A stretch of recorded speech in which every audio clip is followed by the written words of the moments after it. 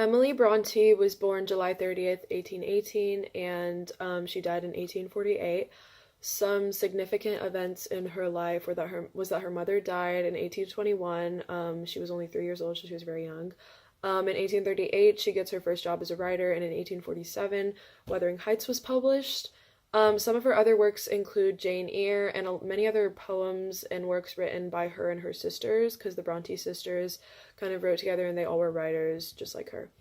Um, Her style is very poetic based. She uses lots of figurative language and writing in which the dialogue kind of plays a really big part in the story. Her style of writing is definitely very similar to that of the Romantic period, which is the period in which she published Wuthering Heights, because she focuses a lot on the individual by involving intense emotions and feelings in her writing. So the first literary device, the quote for it is, Minnie and I went flying home as light as air, and I dreamt of Wuthering Heights and my sweet darling cousin till morning.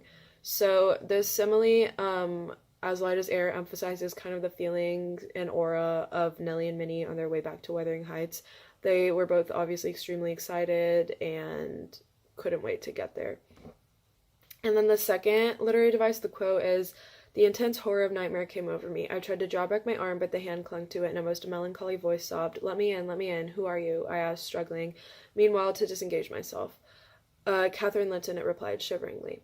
So this quote is from when Lockwood was staying his first night at the manor, and he was experiencing lots of nightmares, and Catherine's ghost was haunting him. And so the foreshadowing of this is kind of foreshadowing to the weird relationships and kind of mysterious stories that went down before Lockwood got there that he's going to learn about later. And then the third literary device, the quote is, it was not the thorn bending to the honeysuckles, but the honeysuckles embracing the thorn. So these are metaphors. In this metaphor, Catherine is represented as the thorns, and the Lintons are represented as the honeysuckle. So the Lintons are doing everything in their power to get along with Catherine. They're sucking up to her as much as they can, rather than Catherine bending her personality and to embrace them. They are embracing her. So I had historical context over Wuthering Heights, and the public sentiment of the Victorian era had a great influence over Wuthering Heights, which is evident in the characters and the setting. For example, the character Hareton is the embodiment of the Victorian era because he adopts new ideals that were spreading across Europe and England at the time, such as the desire to read and learn. And public sentiment influence also shows in the manor, which is featured in the novel. And the inspiration for the manor is High Sunderland Hall, which is a Gothic hall where the author Emily Bronte worked as a governess. And the inspiration that Bronte drew from her workplace shows how the Victorian era and public sentiment influenced the novel. And for philosophical ideas, the novel is set sometime between Lord Mansfield's judgment of abolishing slavery in the UK and the lull in the war with France. And the novel was also written during the literary movement of Romanticism, and this was a time period of new ways of thinking which involved concepts such as the acceptance of emotion and spiritual elements. And these ideas were depicted in Wuthering Heights through ghosts and emotions such as love and fear.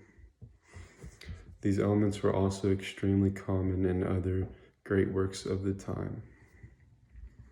The art and style of the Gothic era is represented in the novel through furniture, architecture, houses, clothes, and the way of life. And finally, this novel is set in 1846. Therefore, Lord John Russell ruled over England as the Prime Minister at this time. And Lord John Russell was responsible for the Great Reform Act of 1832, and he was also one of the main promoters of parliamentary reform. Hello, it is Nate Bowman. I'm reporting live from my backyard. So, Wuthering Heights was written in 1847, and this was during the literary era of Romanticism. Romanticism, most people say, lasted from 1830 to 1870. However, some historians suggest that it was started more in the very beginning of the 1800s, whereas most people say 1830s. So kind of depends how you're feeling about that one. Anyway, some key concepts of Romanticism, where it was like glorification of nature. So like, oh, this is a nice tree. It's a tree, you know? And then acceptance of emotion. So like, oh, I'm sad and I'm going to cry now. And whereas before it was kind of like, don't show emotions, like, you know, men were supposed to be tough and all that stuff, but emotion is now good. It's a good thing. And celebration of creativity and imagination. So like for all people, including women. So like having good ideas, doing this, like going out and like exploring and having like creative ideas. For example, all this writing and stuff is now taking place that have like good stories, good plots. It's kind of all part of this literary movement.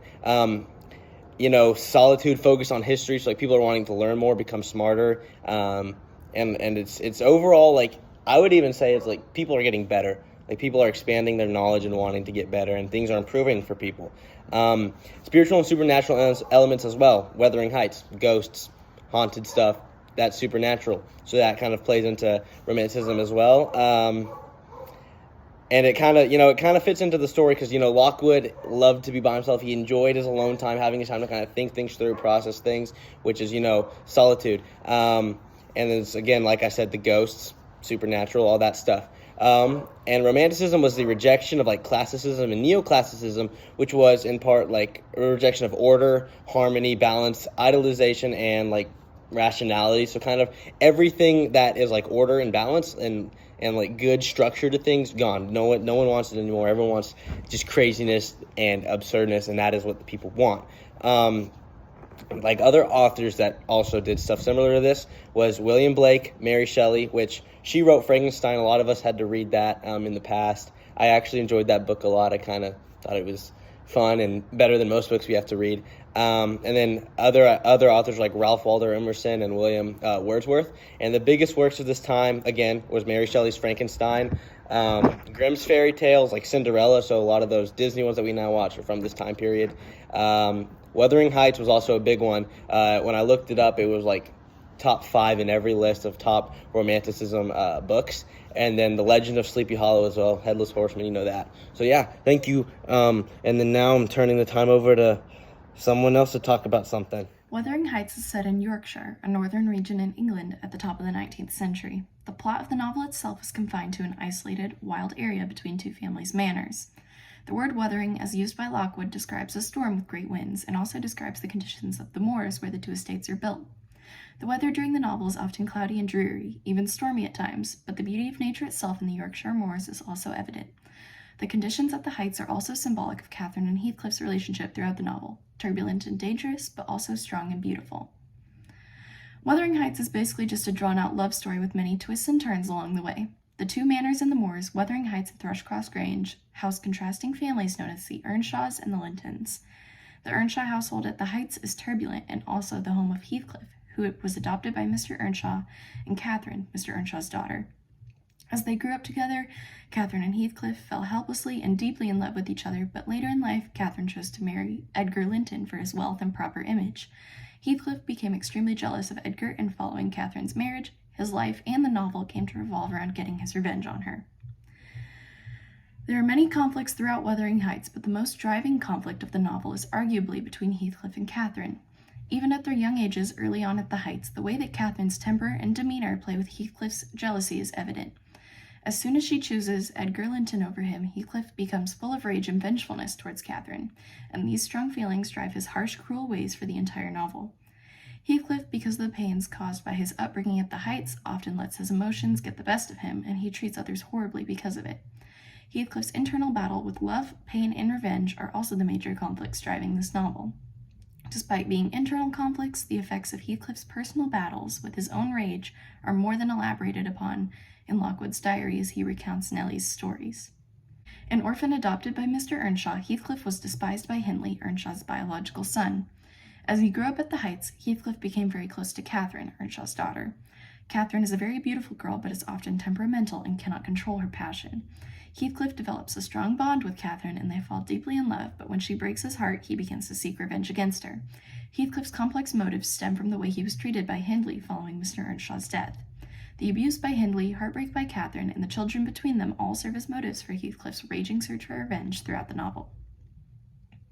Some of the many themes highlighted in Wuthering Heights are everlasting love, passion, heartbreak, revenge, betrayal, death, and isolation. Everlasting love in Wuthering Heights is evident in Heathcliff's and Catherine's complex relationship. No matter how much they each attempt to spite each other out of rage, they always end up being drawn to each other and feeling a strong connection.